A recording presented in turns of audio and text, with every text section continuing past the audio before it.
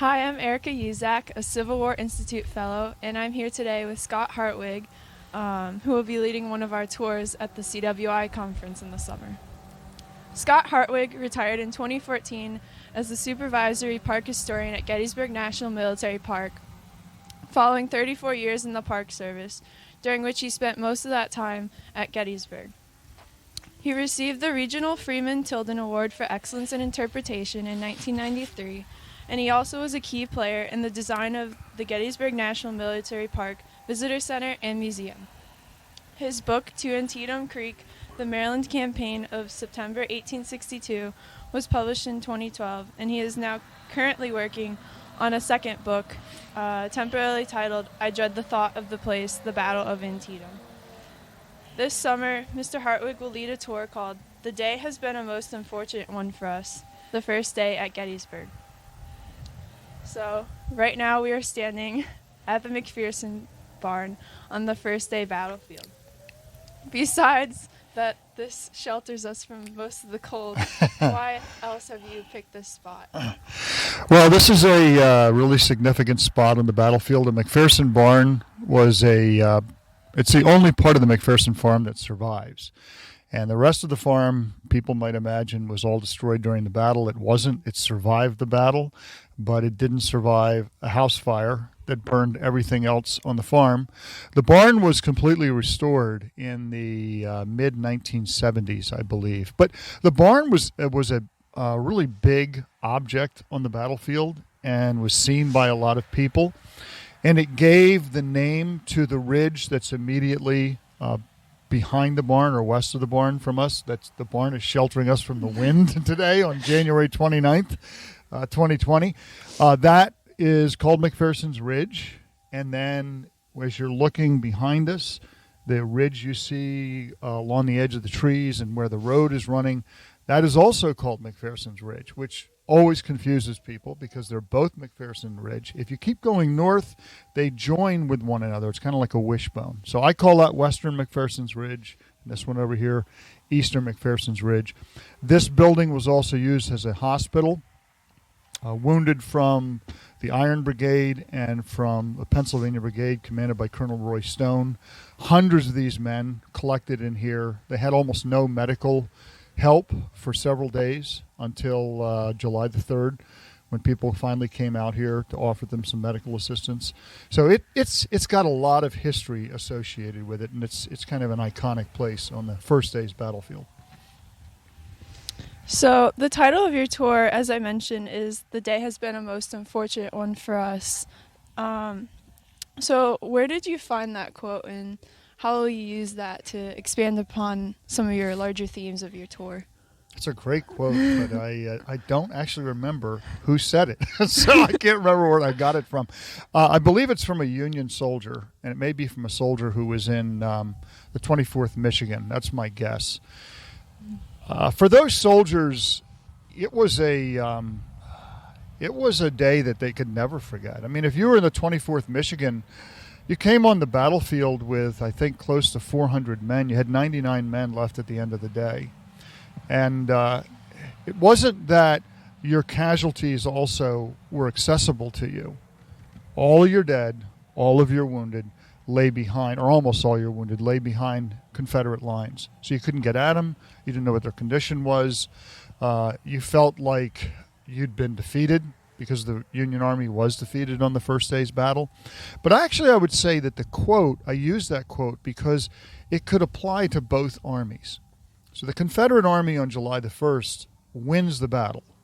In military terms in the 19th century, they drive the Yankees off the field, and the Yankees retreat south of town to the high ground south of Gettysburg.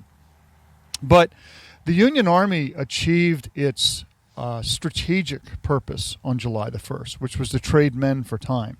This terrain out here, McPherson's Ridge and McPhersons Barn, there's no military value really to this if you're trying to control the Gettysburg position.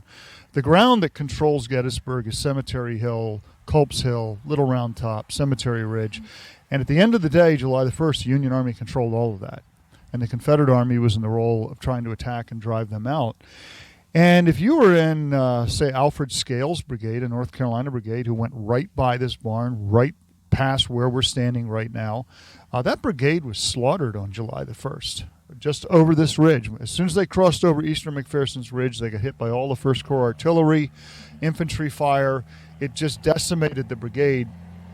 And for those men, I don't think inside them they felt like they had just won a big victory. It was a dearly bought victory for the Confederates. So that quote can apply in some ways to both armies. So for the Confederates, yes, you won a victory, but you paid a terrible price in that victory. Union Army, yes, you achieved your strategic aims in this battle, trading men for time, but boy, did you trade a lot of men.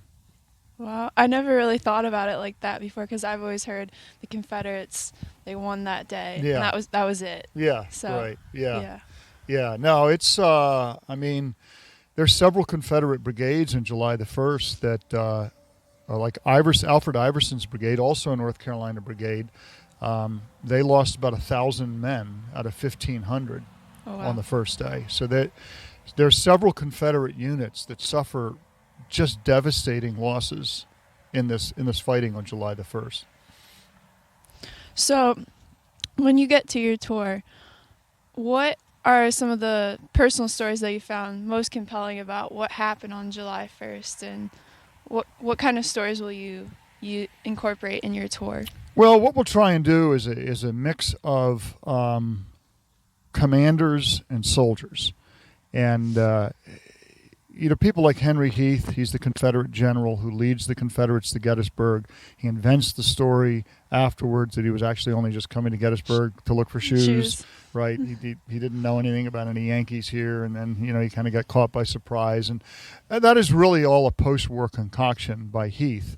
Mm-hmm. So Heath is an interesting person. A.P. Hill, his corps commander, is an interesting person. So why are the Confederates coming to Gettysburg on July the 1st? What's their purpose in coming here? What are they trying to achieve? What does Robert E. Lee want the Confederate Army to do? He does not want to fight a battle on July the 1st. He's probably anticipating there might be a battle maybe by July the 4th or 5th, but not on July the 1st. On the Union side, you have John Reynolds and John Buford, who have a profound impact on shaping the Battle of Gettysburg. Why is there a battle at Gettysburg? Buford and Reynolds have a lot to do with the fact that there's a battle at Gettysburg. Why is the Union Army able to fight the battle on July 2nd and 3rd from the ground that they occupy, Cemetery Hill and Culp's Hill and all those others? It's because of what happens on the first day and decisions that are made by Reynolds and Buford. You also have Abner Doubleday. Everybody always associates him with the baseball, but this is his greatest day in the war on July the 1st. And Oliver Otis Howard. He's under somewhat of a cloud when he comes to Gettysburg because the 11th Army Corps, which he commands, had not done very well at the Battle of Chancellorsville. Much of that had to do with Howard. Much of it was his fault that they hadn't done well in that battle. And he's going to get thrust into command here and have to make some difficult decisions. So there's some really interesting dynamics in the command story. Richard Ewell on the Confederate side, at the end of the day, he's confronted with a difficult situation where Lee tells him to take Cemetery Hill if practicable, but don't bring on a general engagement, even though they've just been in a big battle. So how do you interpret that if you're Ewell? So I like to also put people in the shoes of some of these commanders and try to think in terms of what sort of decision would I make knowing what they knew. Then we have, the stories of different soldiers. Rufus Dawes of the 6th Wisconsin, he's one of my favorite soldiers from the Civil War. His book, Service with the 6th Wisconsin Volunteers, is a great book. He leads this pretty desperate assault against the Confederates in the railroad cut. Later in the day, the attack of Colonel Abner Perrin's South Carolina Brigade against Seminary Ridge right behind us. It's largely unknown to a lot of people who read about Gettysburg, but it is in a way kind of like a mini Pickett's Charge, but one that works and succeeds. So how does it work? How does it succeed? So those are some of the sorts of stories I think we'll try to explore. We'll kind of move. And I like to walk. I don't like to drive around and just stand near the bus and talk. I like to get people out into the field a little bit. I think that really helps you feel the event that you're exploring? Well, I've very much liked the tours that I've taken with you in Dr. Carmichael's Civil War class. So those are all the questions I had, but if there's anything that you want to add. No, I'm quite certain it's going to be a lot warmer in June when we're doing this, so you won't need gloves and hats and jackets and everything like that. In fact, you'll probably be complaining about the heat on that day. But the first day is sometimes overlooked when people think about the Battle of Gettysburg, because in the popular memory of the battle, what do we think about? We think about Devil's Den, Pickett's Charge, Little Round Top, the wheat field, the peach orchard. The first day doesn't have any of those like iconic places. It has behind me McPhersons Woods, which actually McPherson didn't own. That was Herbst's Woods, and it's got the McPherson Farm. It's got the seminary, but it doesn't have these iconic places. But it is, when you study the Battle of Gettysburg, if you look at the percentage of losses that units take, the highest percentage losses for any units occur on the first day's battle. The two units of the opposing armies that suffered the highest losses in the battle, the 24th Michigan and the 26th North Carolina, both fought on the first day, and they fought against each other. So it's a really dramatic story, and I hope we can bring that out in the tour. Thank you so much, Mr. Hartwig. Sure. So again, his tour for the summer conference is, this day has been a most unfortunate one for us, the first day at Gettysburg.